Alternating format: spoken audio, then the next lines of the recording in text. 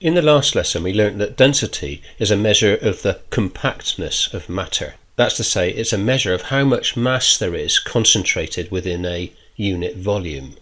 So we learnt that the density is equal to the mass divided by the volume of an object. Density is written as rho, as a Greek letter, and so we can write that as m over v, and we learnt that the unit for density is the gram per cubic centimetre. That's the common unit, but it can also be given in terms of kilograms per litre if we're talking about liquids, and also kilograms per cubic metre, which we'll deal with in the next lesson. So what we want to understand in this lesson is density in terms of a particle model.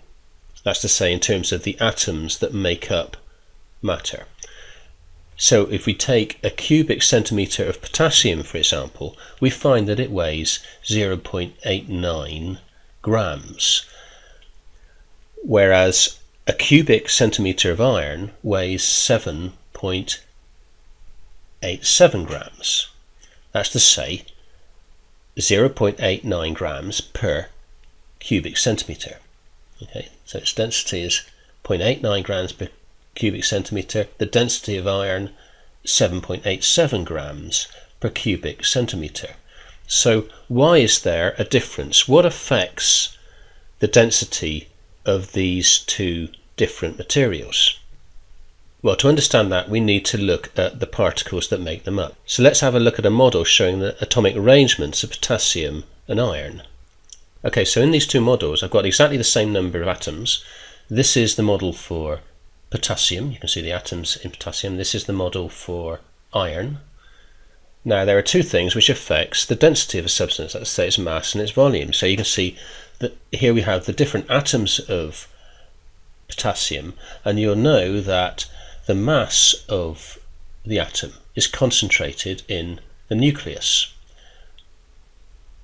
This is the outer electron shell in the atom, but we can discount the electrons because the electrons are much lighter than the neutrons and protons in the nucleus. So what affects the mass of each element? Well, it's the number of neutrons or protons in the nucleus. That's to say, the mass number and what is now commonly known as the nucleon number.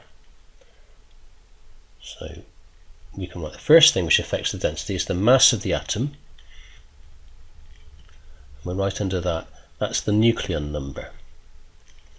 So if we look at the periodic table, we'll find that the atomic mass of potassium is 39 grams, whereas the atomic mass of iron, which is further down the periodic table, that's to say iron has a greater nucleon number, is 55.8 grams. Now the second thing that affects the density of the element is not only the mass in the nucleus, but actually the size of the atom itself. You notice here that potassium has a larger atom than iron. Okay, it has a larger diameter, and therefore the volume of the atom is greater. So the second thing which affects the density of these two elements, these two substances, is the volume of each particle or each atom that makes it up. Okay, so the volume of the atom. So we can see there are two things here which clearly affect the density of these two elements. First of all, iron has a larger mass crammed into its nucleus than potassium, yet it has a smaller volume. So clearly this is going to result in iron having a considerably greater density than potassium. Now there's a third thing which we need to mention that also affects the density of the two substances, and that is the way the atoms are packed together. Okay, so in the case of iron and potassium, they're packed together in a similar way. This is called hexagonal close packing, HCP. Now I don't want to go into detail in all this because it's quite a complicated subject, but you can see that the atoms are arranged in this kind of hexagonal format. Now Not all of the elements in the periodic table are arranged in this way. Some of them have different arrangements that occupy more volume. So for example, let's just say that instead of being packed in this way, the atoms of potassium were packed in this way.